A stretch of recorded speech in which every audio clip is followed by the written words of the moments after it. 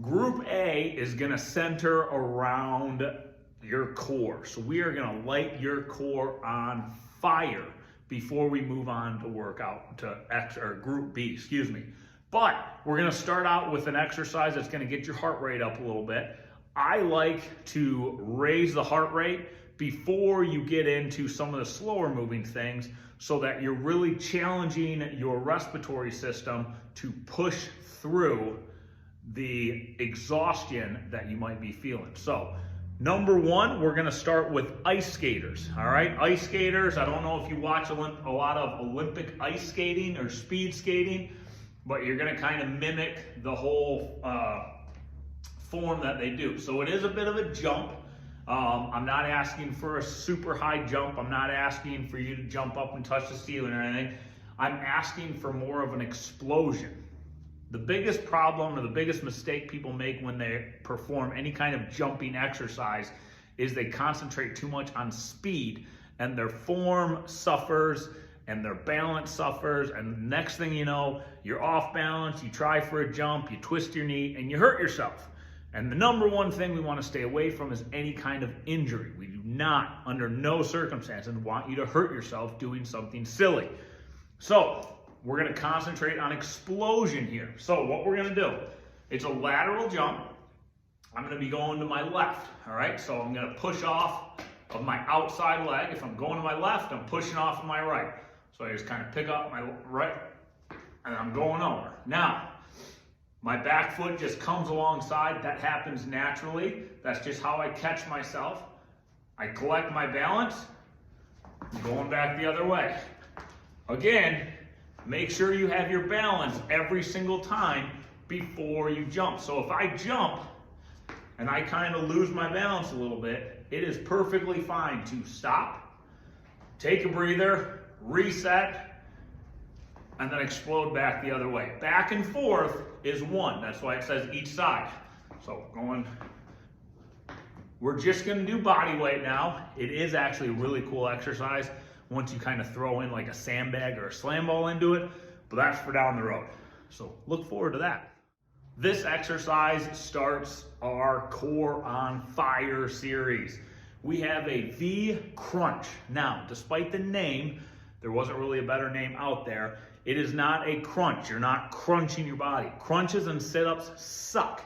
So that's just all in the name, but follow the prompts and your back and your neck will say, thank you very much for doing that.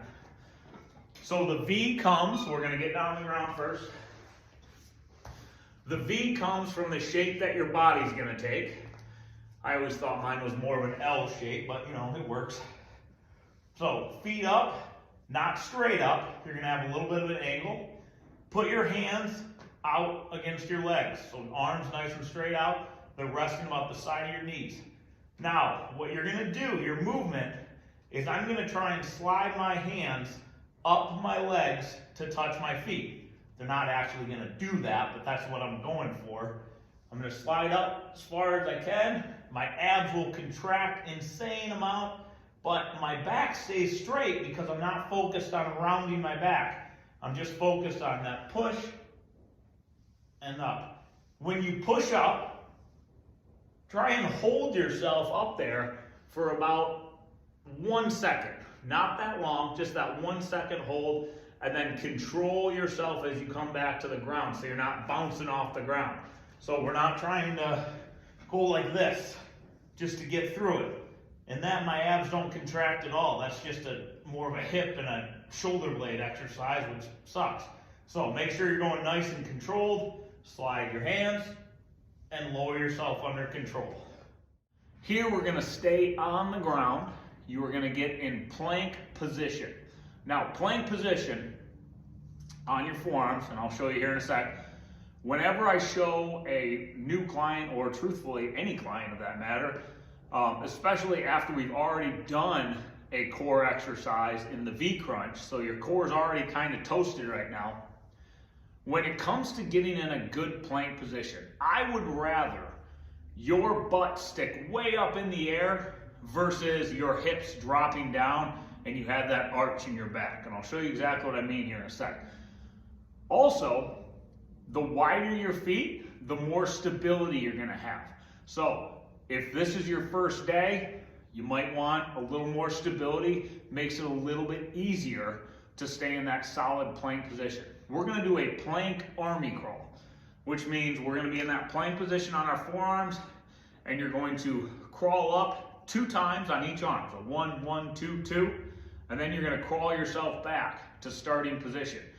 Your feet aren't gonna move, the rest of your body's not gonna move. The only thing that moves on your body is your forearms. So the rest of you will stay nice and solid. So let me go ahead and show you exactly what I'm talking about. Let me grab a mat here because, heck, the floor hurts. So, you got a yoga mat, so you're all set for this. So, I'm in plank position. Here's what I'm talking about with your butt. If you can keep a nice level, straight back, that's awesome. If it's a little bit difficult right off the bat for you, and you gotta stick your butt up in the air a little bit, I'm perfectly fine with that. What I don't wanna see is this. This is where it's gonna get you in trouble. This is where it's gonna hurt your back. So make sure you're either level or you're sticking up a little bit. Now, the crawl. I'm on my forearms, my fists are under my chin. I'm gonna go 1, 1, 2, 2, and then I'm gonna crawl it back. That's 1, 1, 1, 2, 2. Crawl it back. You are going to, you're going to 10. These are hard, no question about it.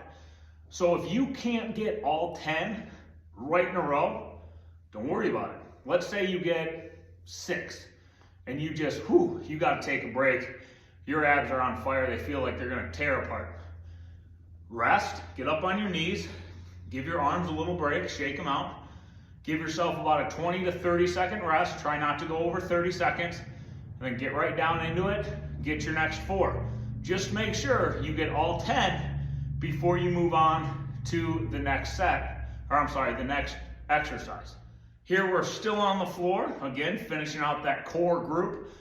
We're gonna go with a leg raise. So we're gonna be laying on our back, which I'll do here in a second for you. And we're gonna raise our legs about 8 inches, not too high. If you go too high, it becomes less of an ab exercise and your hips will actually take over. So you're just going up just a little bit. And then when I lower them back down, I'm gonna tell you to, what I call, have your heels kiss the ground. So a very slight touch on the ground. You're not trying to bounce your heels off the ground or anything. So what it's gonna look like, I'm right here, my feet are together. Try and keep them together as much as you can. And I'm just gonna raise them just a little bit. Let me back up a little so you can see my feet a little bit better. I'm just gonna raise them a little bit and right back down. I'm gonna kiss the ground with my heels and raise them up again. Nothing, I don't wanna do this. I don't wanna slam them down because again, that's not an ab exercise. That's more of just the momentum of me hitting the ground and that bounce sending my legs back up. If you need to, my hands are at my sides, but if you want to hold on to something behind here, I have a sandbag back here that I can hold on to. Gives me a little bit of a counterweight, so it keeps myself nice and steady. That's perfectly fine as well. Just make sure, again, you control how high your legs are going. Try not to go more than 12 inches or so off. Now we are into Group B. So Group B is gonna be more metabolic based. Our core is already on fire. It is livid, it's angry at us, and it is contracted as hard as possible. Even when we're just standing here talking, my core is just tight, which is perfect. That's exactly where we want it to be. We want your body to understand it can function with a contracted core the entire time. Excuse me. We're gonna do a continuous inchworm. Okay, so an inchworm is usually when you stand up tall and you climb yourself out to push-up position and then you climb yourself back and stand up. We're gonna take out this whole standing straight up portion of it and we're gonna squat down. We're gonna start in this position. And what I'm gonna do is I'm gonna climb out to push-up position. Let me grab back here. I'm gonna climb out to push-up position. So I'm nice and flat. Try not to do this. Try and get your hips down nice and solid so your core is engaged. And then I'm gonna climb back to that squatted position right here. And then I'm gonna go again. So again, we're doing that inchworm, but it's a continuous one. You're not getting the break of standing straight up. Again, and I will say this forever basically, but especially for these first couple days, possibly these first couple weeks, while you are getting the hang of all this stuff, if you can't get the full number, like for instance, inchworms, you got 10 of them. Let's say I get to 7 and I am just gassed. Stand up, take a couple slow, deep breaths, maybe shake out your arms, shake out your legs, 20 to 30 seconds, try not to go over 30, and get the next 3. Finish out all 10 before you move down to B2, but still make sure you get out. This one has a little bit of a option to it. It is an alternating reverse lunge. Okay, everyone's either done reverse lunges before or we've heard about them. So we're gonna alternate the reverse lunge. I did put on your program with hop, and I'm gonna show you exactly what that means. That's an option, okay? If you can do it, great. It's gonna add to that metabolic hit. If you can't at this point in time, don't worry about it, all right? So reverse lunge, we're gonna take a big step back. Make sure it's a long step back. That serves 2 purposes. One, it will engage more muscles in your legs, which is exactly what we want. We don't want everything. If you take a tiny step, way too much pressure on my knee here. I wanna take a big step back, so when I go back, it's not only my quad, the front of my legs, but my butt is engaged, that's doing some work, and my hamstring is doing some work too. So I have 3 muscle groups working instead of 1. Plus it's gonna save my knees a little bit. Now we're just gonna go down, not to the ground. See how low I am? I want that kind of nice, almost like it feels like a 90-degree bend. And if you're gonna add the little hop in there, this is where you do it. You hop just a little bit, you get up. Did you notice how my leg, or my front foot, didn't even really get off the ground in the hop? It kind of just hopped up onto my toe. That's all you need. So, go down, little hop, back, and then we're gonna alternate, so now you're stepping back with your other one. If you need something to the side, kind of like a box or anything like that, to where if you lose balance, you can put your fingertips on and kind of help yourself out, perfectly fine. Just try not to put too much pressure so that you're doing as much as you can to hold yourself up nice and tall, as opposed to depending too much on something else.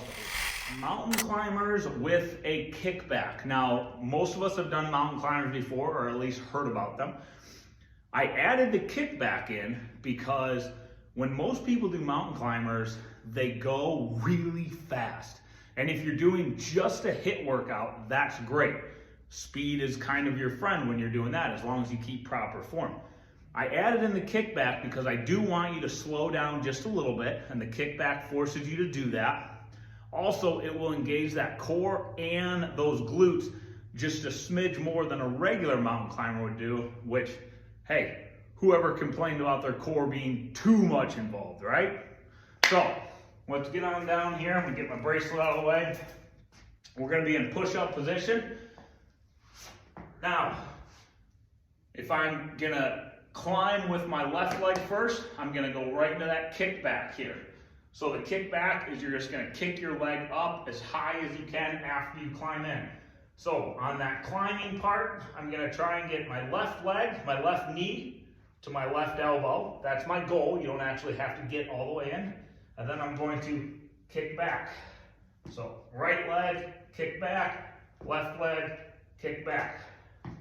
You can still do this relatively quick, but it's gonna slow you down just enough to where your core keeps constant tension. And that's always last one we do. We're out of breath. Last one of the B group of the series. We're gonna slow things down a little bit. We're gonna allow you to get on your back, and we are just gonna do a hip bridge. We're gonna get those hamstrings involved. We're gonna get those glutes involved. This is gonna be not only a great recovery, because it's slowed down from the majority of our exercises today, but it's also gonna make sure your hips, your glutes, and your hamstrings are staying involved, and you're not putting too much pressure on your knees, which, again, That's a huge problem with the majority of people who are working out nowadays is their knees are doing way too much and they end up getting themselves injured or they tweak something. We want to make sure that doesn't happen for you. So, coming on down to the ground, you're gonna slide your heels back as far as you can, as close to your butt as you can while you're still on your flat feet. And all we're doing, nice and simple, we're just gonna take our hips, we're gonna raise them up to the sky as high as possible so we get that really tight squeeze in our glutes. We're gonna hold it for 2 seconds up at the top because the hamstrings love a good hold, and then we're gonna lower nice and slow. We're not gonna bounce on the ground, kind of reset yourself, and then we'll go again. So this is not a speed exercise. You're going to 20. You should have no problem getting all 20 because again, you can go nice and slow at your own pace. This is all about when you bridge up, when those hips get as high as possible, you feel that really, really good squeeze at the top.